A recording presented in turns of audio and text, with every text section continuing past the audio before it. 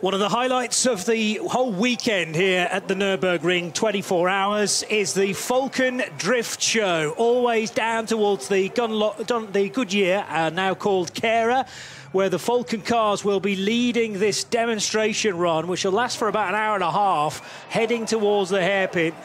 And the drivers in these instantly recognisable Falken colours, the two-tone blue, of which we've got racing versions, or racing cars in the same liveries.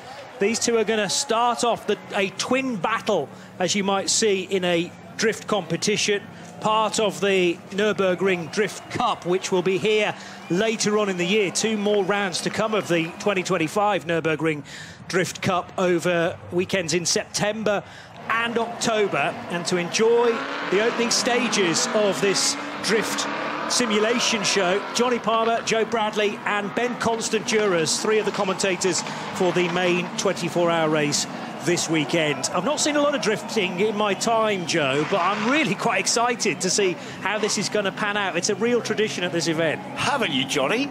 We've seen loads, usually, as a spectator. Well, that's true. Not having a real clue as to what's going on, but it's quite a showpiece, isn't it? And the fans love it. And it's so technical. I've really learned a lot. Those cars are not necessarily what they seem. Heavily modified engines, heavily modified suspension, certainly heavily modified rear axles to take all what is quite literally abuse, Ben. And talking about abuse, you've abused some cars in your day, haven't you, mate? Yeah, but never successfully drifted. It's either that or into a ditch. Yeah, unsuccessfully drifted. Unsuccessfully drifted.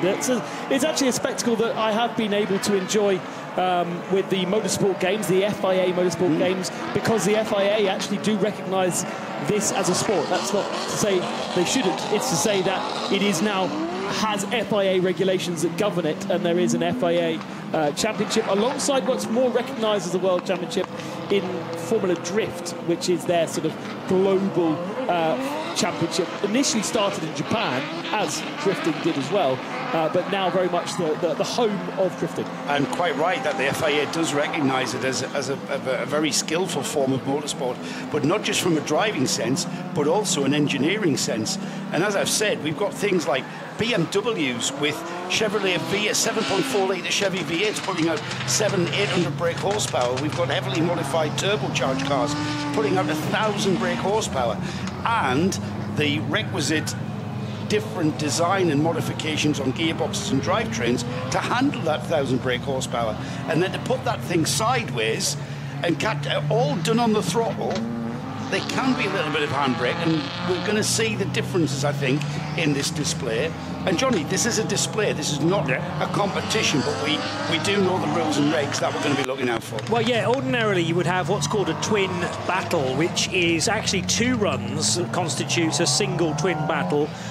one car does the job of the leader, the second car the chaser, and the chaser has to react inches, millimetres away from the side of the leading car to the flicks and the turns. And it's fine when you're going in one direction through a drift, but then you've got to judge precisely when the lead car is going to switch around, flick the back end in the other direction, trying to go through what are called clipping points and the zones that are drawn on the racetrack ordinarily. We don't have those this weekend because this is a live racetrack that will be used, has been being used all day and yesterday, and of course through the 24 hours of the Nürburgring as well. But to simulate these clipping points and the zones, some of these cars will be going as close to the edge of the racetrack as is humanly possible. And there is some subjectivity from the respect of the judges and how they mark and award points.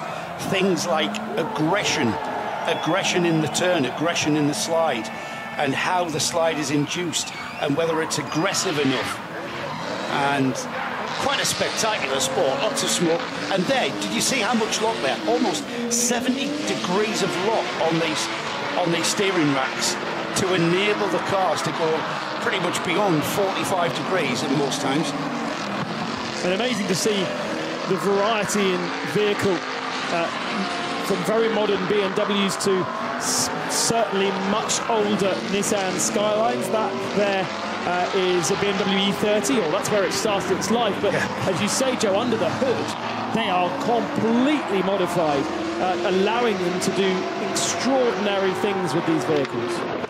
Leading them off was Rohan van Riel, the guy from Luxembourg who's influential in the Falken drift team with his BMW M6. There was also the Nissan Skyline of Rick van Goten of the Netherlands. I somehow felt that drifting might be quite big with the Dutch guys, and they've brought plenty of them to the entry this weekend. So these are just single runs at this stage. Gets far more unbelievable to watch when we get two cars abreast in the twin battles, because, as I say, the following car needs to respect and mirror, if you like, or simulate precisely what the car in front is doing, and they're doing that mere millimetres apart. At a normal competition, there'd be 4 judges. A lot of them are actually former drifters themselves, and they'll be marking the runs, the various twin battle runs, on 4 different elements. So that's, first of all, the line that is used, so via the clipping points and the zones that we've already talked about. But almost anybody can go through the clipping points at a much reduced speed and without too much style. So the speed has got to be taken into account, together with the finesse that is involved as well. So style, another important element, and then the angle from the direction of travel, because if you can be 45 degrees, or even better, 90 degrees to the eventual direction of travel, that makes it more spectacular, and you can be scored with a maximum of 100 points. So I assume it's 25 on each: line, style, speed and angle, and the maximum, the kind of holy grail, is 100 points.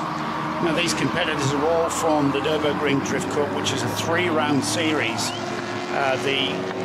We've had round 1. Round 2 will be here on the 6th and 7th of September. Round 3, to conclude the championship, will be on the 25th and 26th of October.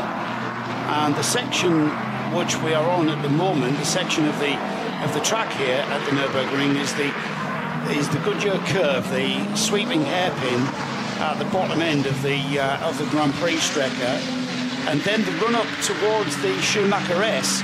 You'll see the drivers, they'll stop sliding and spinning their wheels and reaching speeds of up to 200 kilometers an hour by the time they get to Schumacher S, the S's.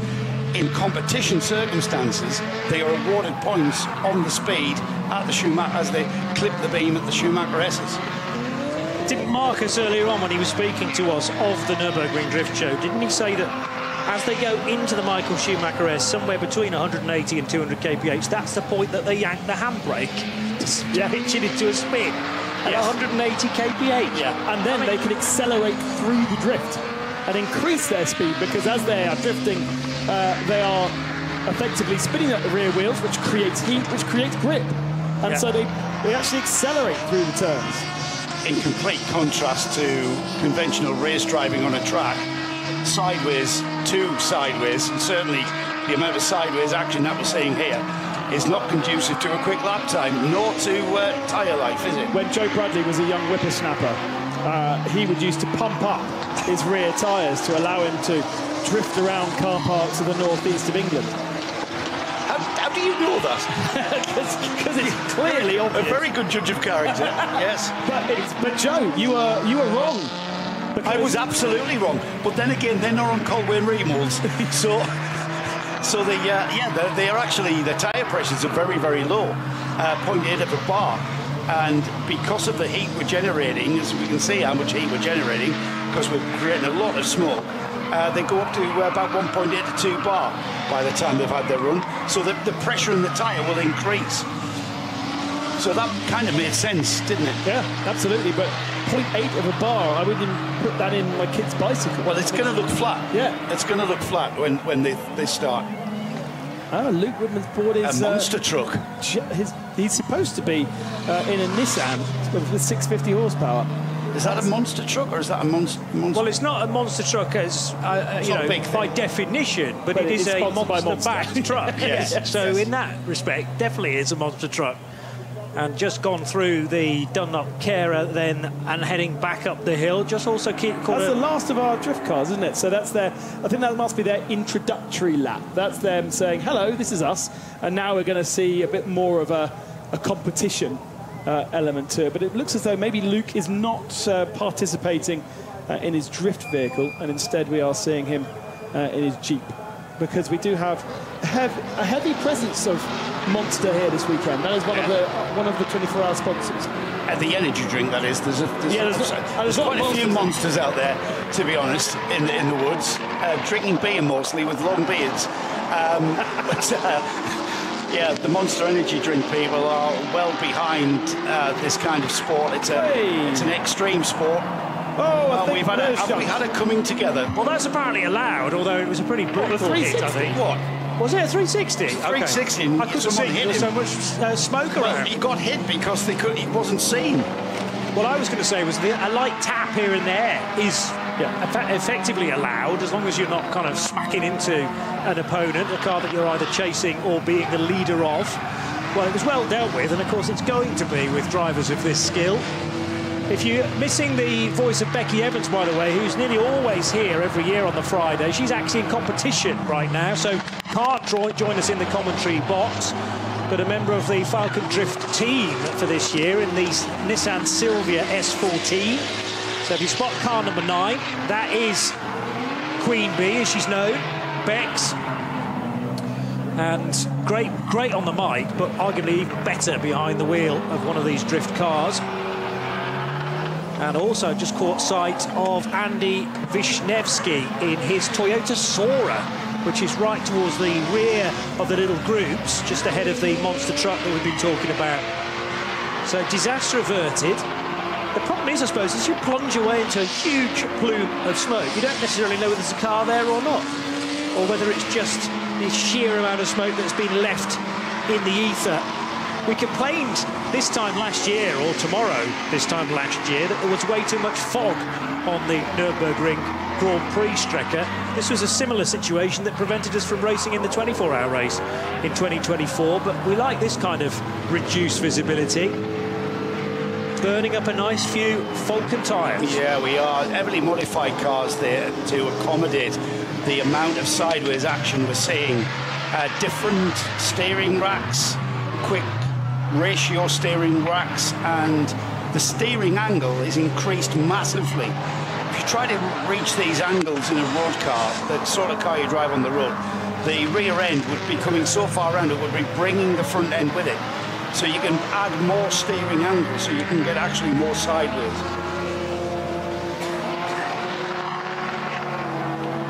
As you can see, the grandstands down there are absolutely rammed for this show.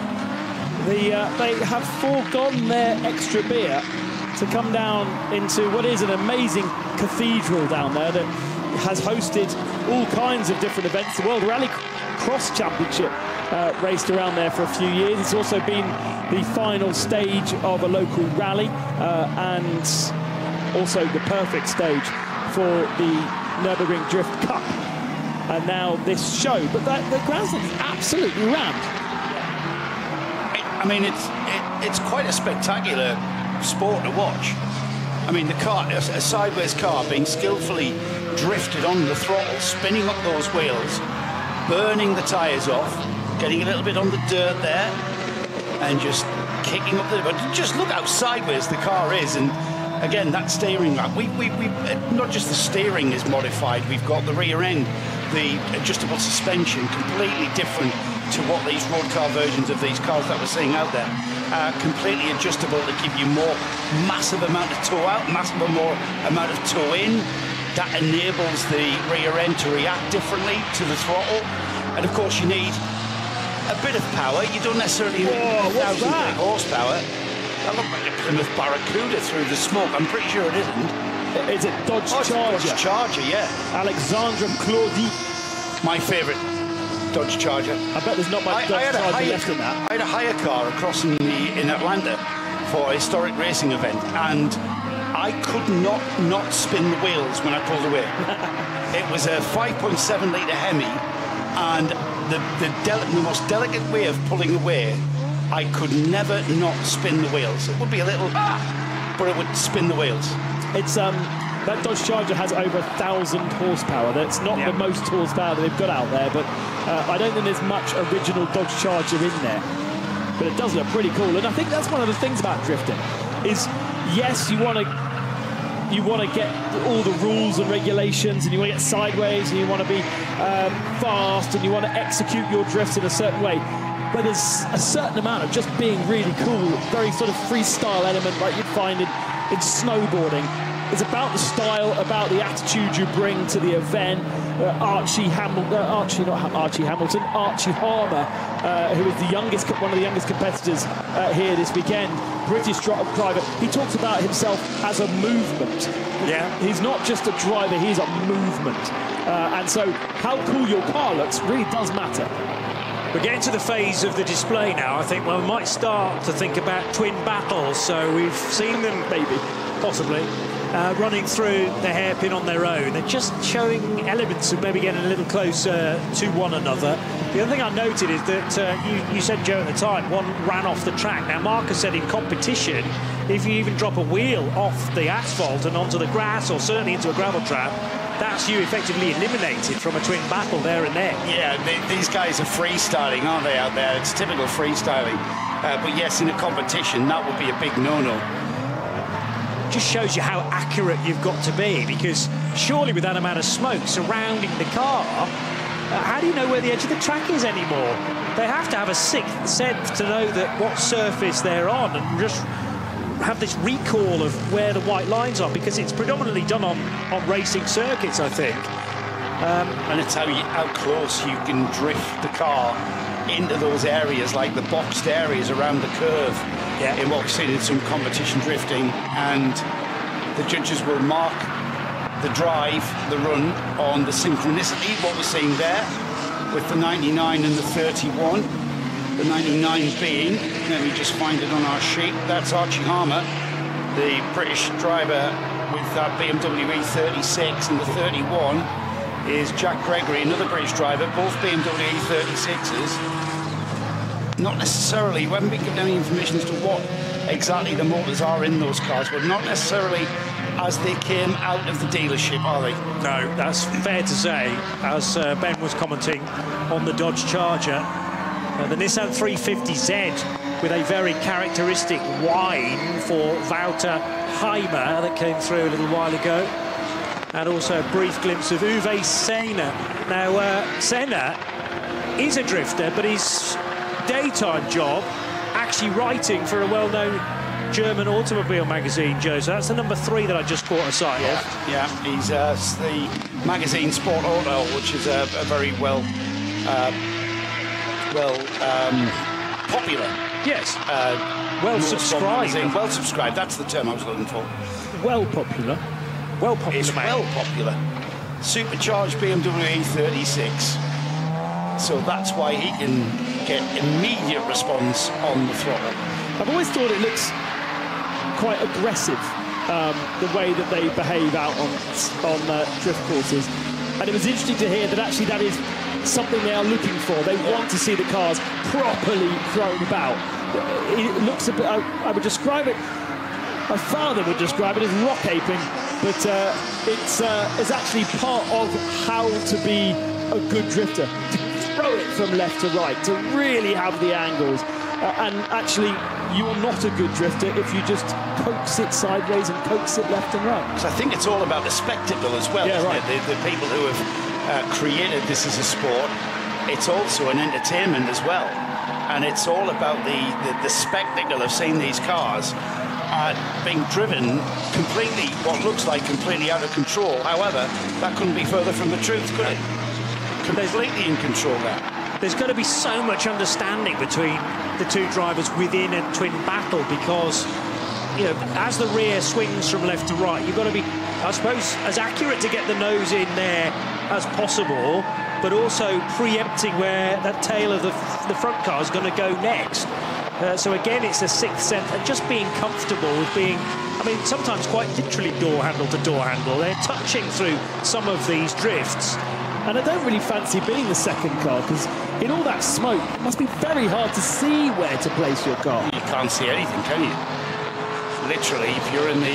Maybe it's easier for them than it is for us from the outside, especially this camera angle, being blinded basically by the smoke. But they're incredibly close to each other.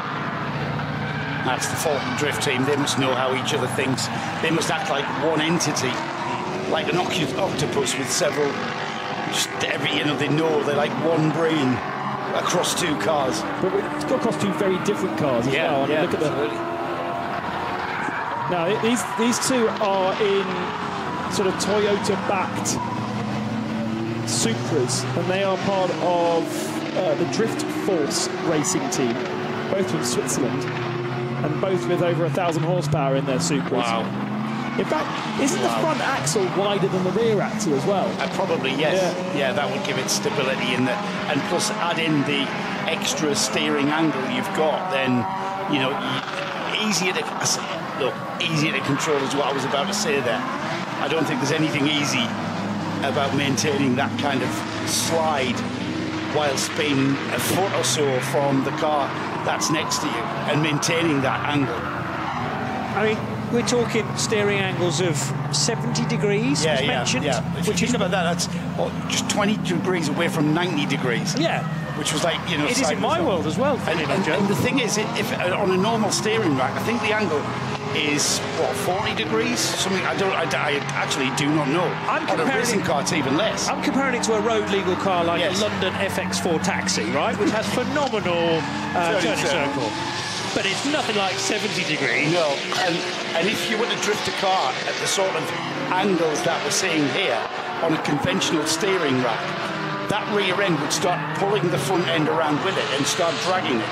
However, because you're steering into the corner more, the front end doesn't get dragged into the melee, so you're able to maintain a steeper angle in the attitude of the car, which is something that they need to achieve as part of the regulations, to be as angular as possible.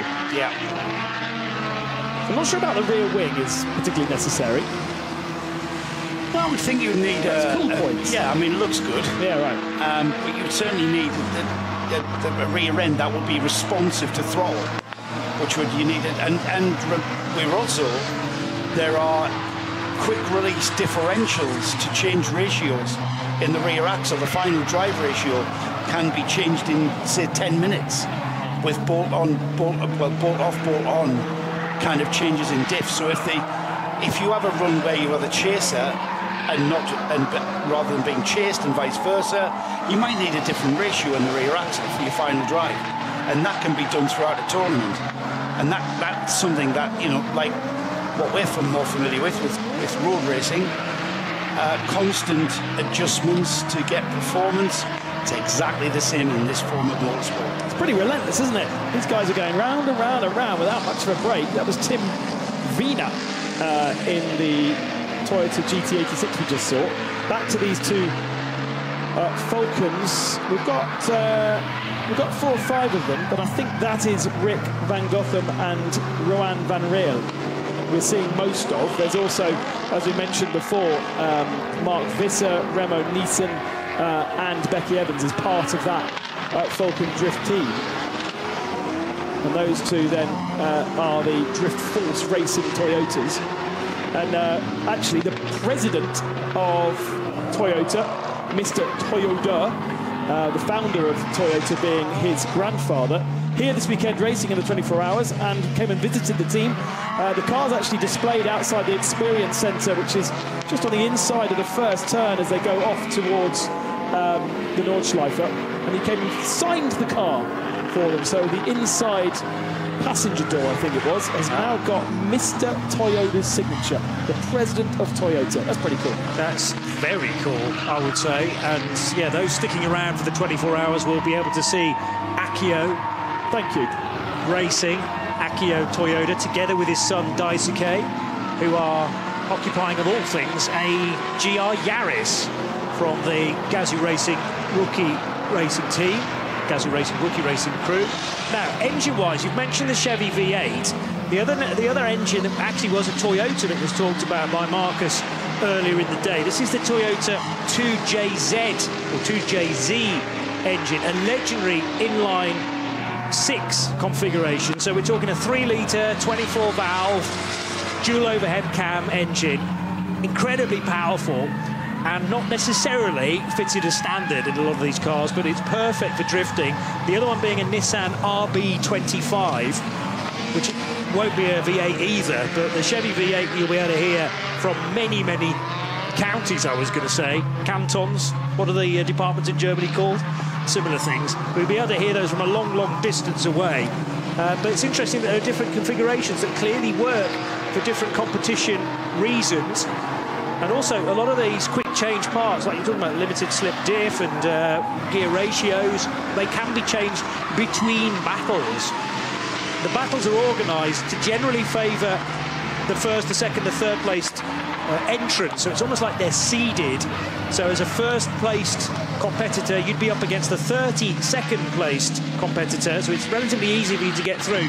But it is knockout, so you'll have these occasional upsets where a car that maybe shouldn't do so well knocks out the big favourite, and then how far can they get in that knockout style, almost sort of soccer type tournament, where eventually you'll get to just 2 cars left for a final twin battle.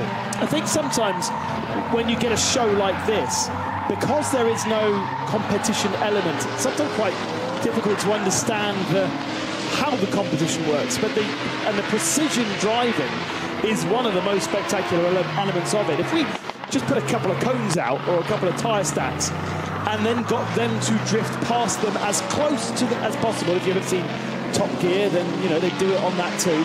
That's where the skill really comes in. At the moment, they're just chucking their cars around, getting them sideways. Still a lot of skill involved in that, but it's when they have to drift past a point and be as close to that point as possible whilst going sideways at 17 degrees at 150 kilometers an hour. That's when it really wows for me. Agreed. And you know, you can draw boxes on the ground which sort of simulate obstacles, but sometimes they do have to go by 3-dimensional items as well. And then when you're 2 abreast, involved in a twin battle, perhaps even more complicated. But the precision driving, just one element of a weekend's competition. Don't forget, 2 more opportunities to actually witness this in person at the Nürburgring as part of the Nürburgring Drift Cup. So 6th and 7th of September this year, followed by the 25th and 26th of October. So first week of September, pretty much the final week of October. We're not even halfway through their 2025 season yet. And it's not just local Germans as well. There's a lot of Dutch. There's a decent amount of Brits as well as French. It seems to have become a bit of a European home of drifting. I know in Ireland they absolutely they have a big drift championship over there. Not so big in the UK, but then there is definitely 2 movements from Formula Drift and Drift Kings. Those are the 2 kind of European championships, one of which run by an energy drinks manufacturer. It will remain nameless. And and televised and promoted very well. And of course, Formula Drift, the Worldwide Championship, and then you've got the FIA Championship as well. So plenty of different competitions around the world. But it does seem as though the Nürburgring one, the Nürburgring Drift Cup, is very well attended Europe-wide. There's quite a few, there's quite a lot of information on YouTube as well, and we mentioned the Dodge Charger that we saw earlier. Hopefully we'll see the Dodge Charger back out. Yeah, Alexandre Claudin from France, he is the driver in that. Now he's done a Netflix documentary called Hyperdrive that I'm aware that is still available on Netflix, so check that out. It'll be a behind-the-scenes, fly-on-the-wall look at this sport in perhaps greater detail. So that's well worth a check out. It's on my list of on my watch list when I get home. I'm going to give it a look. I mean, YouTube is full of drifters, and it really is where they are able to promote themselves best. And you know what they're doing. So many people are followed for what they are doing with cars in garages. You know, people buying wrecked cars and rebuilding them into road cars, and modifying vehicles. The modified scene thriving thanks to YouTube, and there are many a drift team that you can follow and watch exactly what they're doing and what they're tweaking, and about, you know, it's a travel blog for one, it's a garage blog for another, and it's a competition blog as the third. We saw the Dodge just go through shot, but it was hidden behind smoke, so we didn't see it for very long. The Queen of Europe is out there somewhere, Denise Ritzmann. I've already seen the 22 E30 BMW. Well sideways, might be partnering up now to go for a twin battle, or a kind of simulated twin battle in this fabulously attended Falken Drift Show display. Every year, pretty much, in recent memory anyway, it's been a Friday evening fixture. In previous versions of the 24 hours of the Nürburgring, the single lap qualifying has gone a little bit later into the afternoon and evening, so the drift cars have had to be somewhat more patient, but they were well assembled ahead of time for the 7:30 start. And the message clearly got through to all the fans here to flood towards the grandstands at the bottom of the hill. I mean, it's perfect weather conditions as well, isn't it? A nice warm evening, Friday night, grab a beer or several. Just a petrolhead festival, isn't it? Sit beside the road and watch the, watch the cars. Breathe in the smoke from the tyres. Breathe it. It's like a Friday night on a road down the a slip from me, in honesty. You said it's not a huge thing in the UK from a competitive style. You mean from a legal side? Well, yeah. Keen's roundabouts, though. There you go. Yeah. Now that would have been a points loss massively there, as we saw that card completely lose and go off into the gravel. He's still on the outside. I'm not sure. What's he doing? Why? Well, is that in case, you know, bringing gravel back onto the circuit and doing the gentlemanly thing of not affecting runs for the Falken Drift team? Bearing in mind they're going to introduce a third car into this. What are they up to in the Falken Drift team? That's not part of the script. Ringy roses here for the Falken Drift team. Several ways of inducing the spin of the back wheels. If you've got enough power, you can just plant the throttle. There are other ways that are much more abusive to the car, and that's a clutch drop. Whilst the engine's revving, you just blip the clutch. That lifts the revs, gets the wheels spinning as you let out the clutch again. However, the clutch, the drive shafts and all the drivetrain take a lot of abuse with that method. Yeah, they do tend to rip through quite a few parts, don't they, through the course of a weekend, perhaps. There's the Dodge Charger back out. It's going to do a ringy roses as well. Is that the technical name? I'm pretty sure that is not the technical term. Propeller, I want to call it. Oh, yeah, nice. That's a much cooler name than ringy roses. Now then, at this point, how do you see? I can't see anything. Yeah, exactly. So there's the Dodge Charger out. Now going the wrong way. I'm out of here. Oh, try and spin turn it, which it should be very accomplished at. Well, it didn't even need to spin turn. Just hit the lock stops at 70 degrees. That's Alexandre Claudin, who I mentioned with the Hyperdrive on Netflix. I think the other one was Luke Woodham in his Nissan S14A. Just going through shot there, but obviously we're focusing on this. I mean, if that ever saw an actual Dodge Charger from the roads of America, I'd be very surprised. But especially being a Frenchman driving it, brilliant.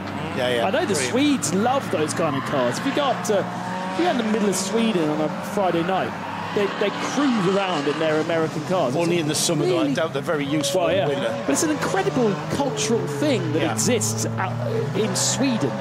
They love those cars, and they love a bit of drifting as well.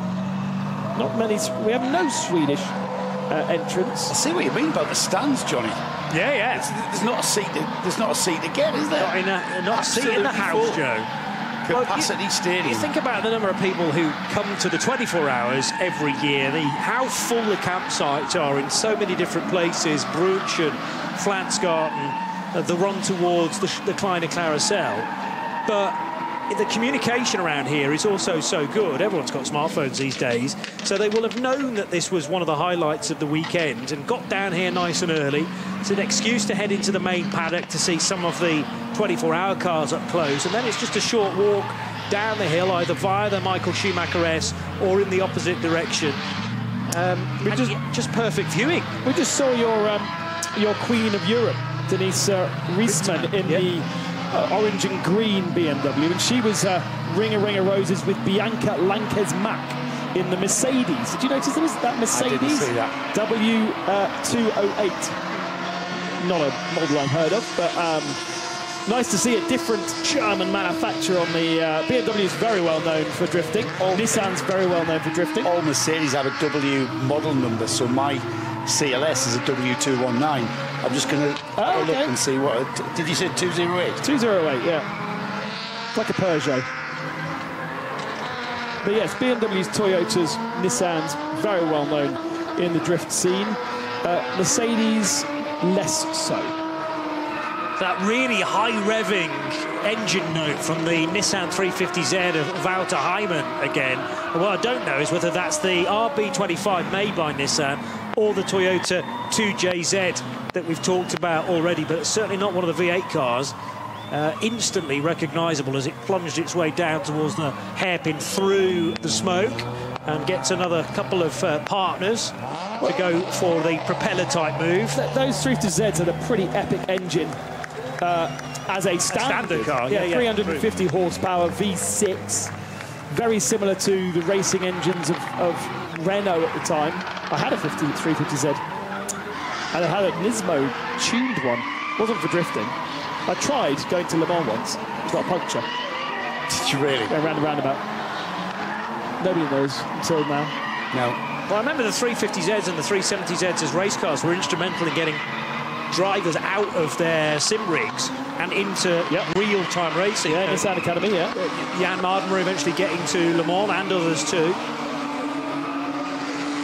So, but this is... We're not racing here. We are trying to get the cars as dramatically and stylishly as possible, sideways. Freestyling, Johnny. Freestyling. I like it. Freestyle driving. Freestyle drifting. Dressage on a horse. Kind of. However, viewed as that. I've never seen dressage with 3 horses, though, nose in, going around in circles. Well, you mentioned, sports that are in comparison to this kind of the etiquette that we're seeing and the subjectivity of the judges on certain aspects of it. It's a bit like figure skating or dressage. That's a good comparison, Joe. Yeah. I like that. Did you use the shocked. inner edge? Didn't take you for a figure skating fan. I didn't say I was a fan, but I am aware of figure skating. You've got all the Torvill and Dean videos. It's kind of, I like a bit Bolero. Now the Falken team have arrived with a 4th car. It's like they're upping the ante every time they approach. There are 5 of them in total. All right. Okay, right. Oh, right. I think that's a bit of a spoiler alert. They're just taunting us now. Have we seen the Silvia? Is a Silvia in there? There's a BMW. BMW, There's a BMW, and then that's the Skyline, isn't it? Skyline, so we've not seen Becky yet. No. Okay, so she'll be joining in, I'm guessing, as the 5th car in a few moments' time. But that's the Silvia S14 for Bex, Queen Bee, normally to be heard on the mic during our live stream of the Friday night Falken Drift show. But far more... I was going to say far more at home, but that's actually not the truth. She could be perfectly as professional behind the mic as she is behind the wheel of a drift car, but it's actually quite nice, a bit of a treat for us as a change to see her in action in the number 9 car, so we'll look out for that in about 5 or so minutes' time. If you can spot the numbers. Yeah, it's becoming increasingly more difficult. Manuel Schrimpf in the 650 brake horsepower Skyline R33 in that last twosome. There was a story about Mr. Schrimpf, was there not? I don't remember what it was. Joe, you scribbled down most of the anecdotes. No scribbling. What number? 33. 33. The information we've got. No, nothing. Jean-Eric Sieber is part of this display, though, in another. It's actually a 370Z this time, with something like 800 horsepower, and the 735 Gem Speed prepared car. Oh, hang on a second, we've got some red smoke now. Oh, interesting. That's clever. Is that coming out of the exhaust? It's becoming more and more pink as it's getting mixed with the other. Yeah, how do you do that? Well, I think that's being emitted. Oh, is it in the tyre? Yeah. That's clever, isn't it? I thought it was going to be a pair of red tyres, maybe? Yeah, I mean, it's definitely coming off the tyres. Yeah. I thought for a moment it might be being emitted through an exhaust duct system, but now it's embedded maybe in the rubber. Wow. They construct the tyre.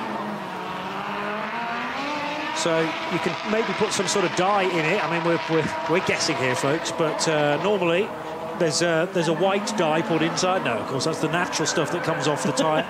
But that BMW's grabbed the headlines by looking like it was on fire initially. Well, it kind of is in terms of its drift ability. And I wonder whether we've got some other colours of smoke as well. That was going to be my other analogy, was like an aerobatic team, you know, and how close they could be in the skies with perfect understanding from pilot to pilot. And sometimes they emit different colours of smoke. The first thing that comes up on Google, how would you like to announce your gender of your child? Using smoked drift tyres. Of course! So they come in pink or blue? Yeah, absolutely. Okay. Blue gender reveal tyres from €150 a tyre. Thank you very much. What do you do? Just go drive down the street and do a handbrake turn. Yeah. Amazing. Yeah, so it's a set of red tyres, Johnny. That is amazing. Right. And I'd like to see other colours utilised as well. I know what I'm getting for Christmas. So I'm wondering whether we wait for the Falken drift team to arrive on the scene. Here we go, right on cue. It's not as if we've got a script here, guys. 2 more of them. But I wanted really 5 in total to get Becky Evans involved as well. But it's another twin battle for a couple of these Falken cars. BMWs of different vintage. And now the Charger's got to get involved with the Skyline. God, it does rattle, doesn't it? It's a great sound. There's a lot of power on that track at the moment. There's a lot of power being laid down on that track. It is. It's going to be very grippy tomorrow, isn't it? Yeah, for that warm-up session. Yeah. For the 24-hour cars. Too right. I imagine if it rained, it would be horrifically slippy. You probably didn't need to resurface as much of the Nürburgring has been done in preparation for this race. Just let the drift guys out overnight. Just lay down a shed load of rubber. But yeah, it doesn't mix particularly well with water. These two Toyotas incredibly tight with each other. The birthplace, the home really, the spiritual home of drifting in Japan. Well, to remind you, if this has wet your whistle, then there is an opportunity to see the Nürburgring Drift Cup in full action, as in the full competition over the weekend of the 6th and 7th of September and the 25th and 26th of October. The Nürburgring Drift Show, very present on social media as well, Instagram and X. Head to the website too for information about tickets. But I know for a fact that the NDC are very much looking forward to coming back here on a couple more occasions before the year is out. And if I wasn't already before, I'm a complete drift convert here. and I think I've got two gentlemen alongside me who wholeheartedly agree. These cars are going to continue to motor around, hopefully with 5 Falken Drift cars as one before the evening is out. We'll continue our live stream as well for about another 45 minutes. But for the time being, we'll head away, maybe down to the bottom of the track, actually, because we're in the commentary box. We can't see these cars for real. I'm up for seeing a bit more in the flesh drift show. And don't forget our coverage tomorrow as the Falken Drift crew now do descend down towards the hairpin proper. But our race coverage for tomorrow begins at 3:30 for a 4 o'clock start, the 53rd edition of the ADAC RAVENOL 24 hours of the Nürburgring. Have fun out there, folks, and you might need a new set of tyres at the end of this.